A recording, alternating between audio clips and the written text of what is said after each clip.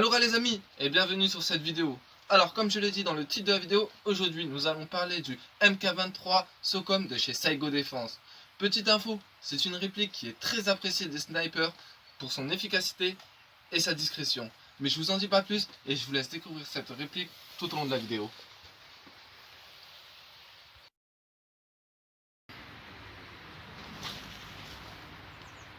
Donc pour commencer, nous pouvons voir que nous avons quand même une assez jolie boîte avec quelques informations ici, comme quoi c'est une réplique à gaz qui est en polymère et qui a un calibre de 6 mm. Ça sera les seules informations que nous aurons sur le devanture de l'emballage. Nous n'avons ni la puissance, ni les FPS, ni la capacité de chargeur, ce qui est assez dommage. Ici nous voyons, nous avons un petit design, c'est un petit motif, je dirais un moine Shaolin, mais je suis pas sûr. Dites-moi ce que vous en pensez. Et ici, la petite réplique que nous voyons en photo avec la provenance de chez Saigo Défense. Donc, on va voir ce qu'il y a à l'intérieur. Alors, nous avons notre petite notice d'utilisation. Alors, instruction pistolet à gaz ou CO2. Bon, bah, pour ce coup-ci, ça sera à gaz. Et d'accord, donc nous voyons comment nous rechargeons notre réplique.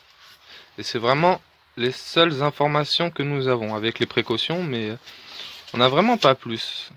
Et ils nous disent pas du tout sur la capacité de chargeur. Donc on verra ça pendant que nous verrons la réplique.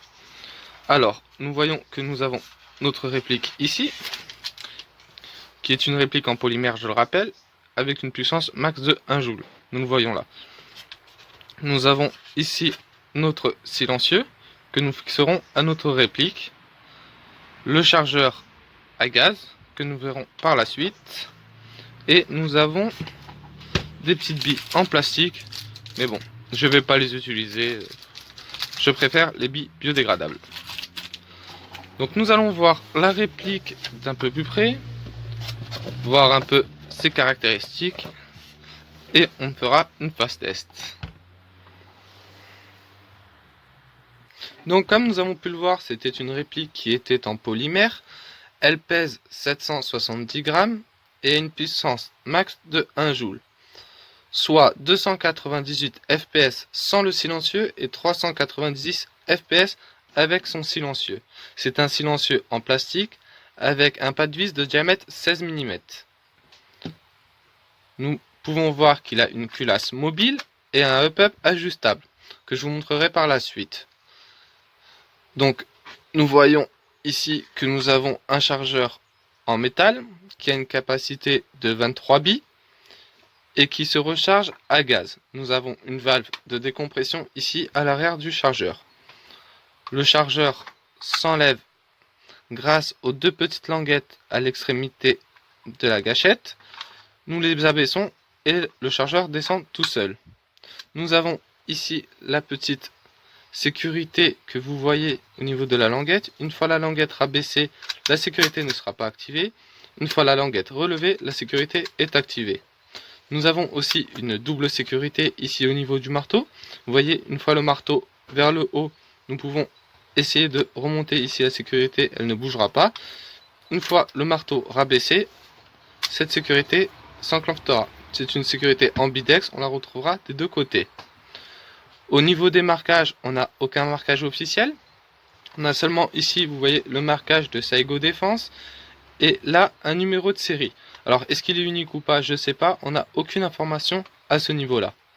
De l'autre côté de la réplique, vous voyez, il n'y a aucun marquage. C'est vraiment simple. Nous voyons ici, nous avons une visée mire 100 points. Donc, moi, j'en suis pas hyper fan, mais voilà. Nous avons ici une petite languette factice qui ne s'abaisse pas, elle ne sert à rien. Ici, nous avons la crosse qui, elle, en polymère antidérapante, et nous voyons qu'à la partie arrière de la crosse et sur la partie avant de la crosse, nous avons des petites grippes qui nous permettront une meilleure prise en main de la réplique. Allez, on va voir comment se passe le réglage du up-up. Je vous laisse voir ça de suite.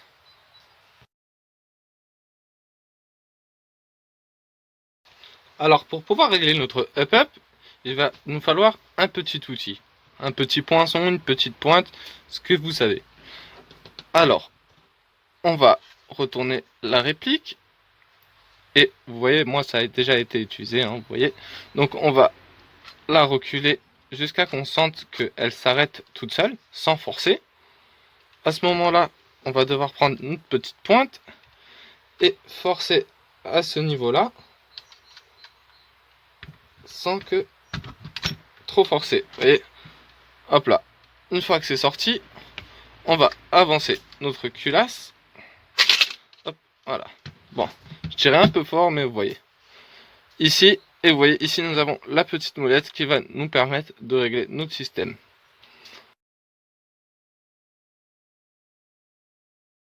Pour la remontée, ça va être assez simple.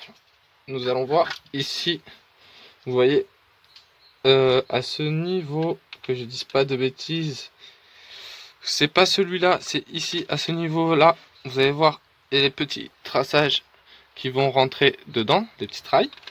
Donc, alors, je suis pas fan du remontage, mais voilà, pour régler son hop-up, il va falloir le faire. Alors, attendez. Hop.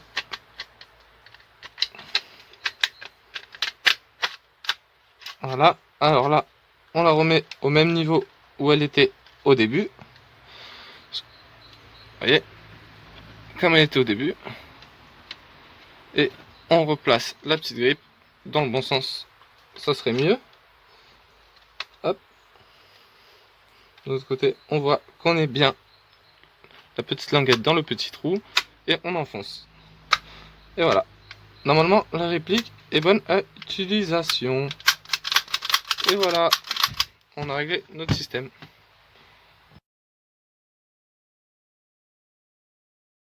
Alors, avant toute partie d'airsoft, il va falloir recharger sa réplique. Donc, on prend notre réplique, on appuie sur nos deux languettes comme j'ai montré précédemment. Le chargeur va descendre. Et nous allons prendre nos billes. Alors, c'est des billes de 0,20 g. Ce sont des billes bio.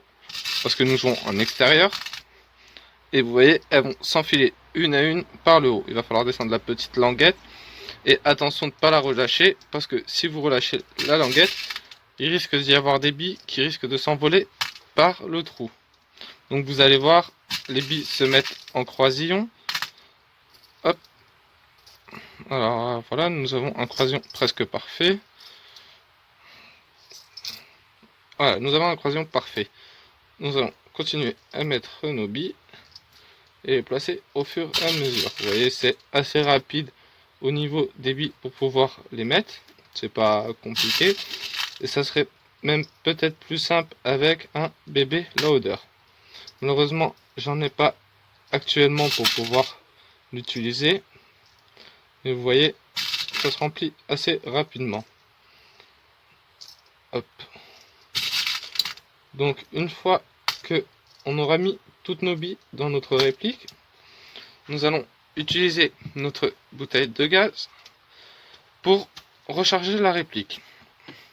Alors je suis pas fan de ce type de rechargement parce qu'on ne sait pas exactement quand il faut arrêter de mettre du gaz. Qu'avec les capsules de CO2, voilà, on met notre capsule, plus de gaz, on change de capsule. Alors là, hop, on va en mettre.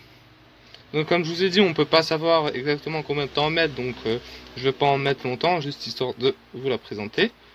Voilà. Et nous allons pouvoir mettre le chargeur dans la réplique pour pouvoir l'utiliser. Toujours avec la sécurité enclenchée, ça reste quand même le mieux. Comme ça, pas de dérapage. Allez, on va tester la réplique. Et petit rappel important, avant chaque partie de airsoft, même pour des tirs au stand d'essai, pensez à vous mettre vos protections oculaires, au moins vous ne rentrerez pas avec un seul œil. Donc nous nous retrouvons pour la phase test. Je rappelle, c'est un MK23 SOCOM de chez Saeco Défense. C'est une réplique d'une puissance de 1 joule. Et nous allons essayer de viser les canettes qui se trouvent sur la table pour vérifier la puissance et les dégâts qu'il procure. C'est parti.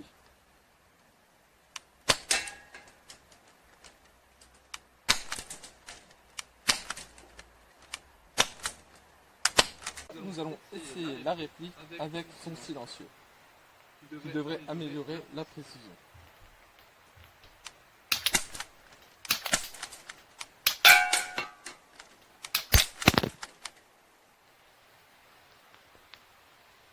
C'est mon téléphone.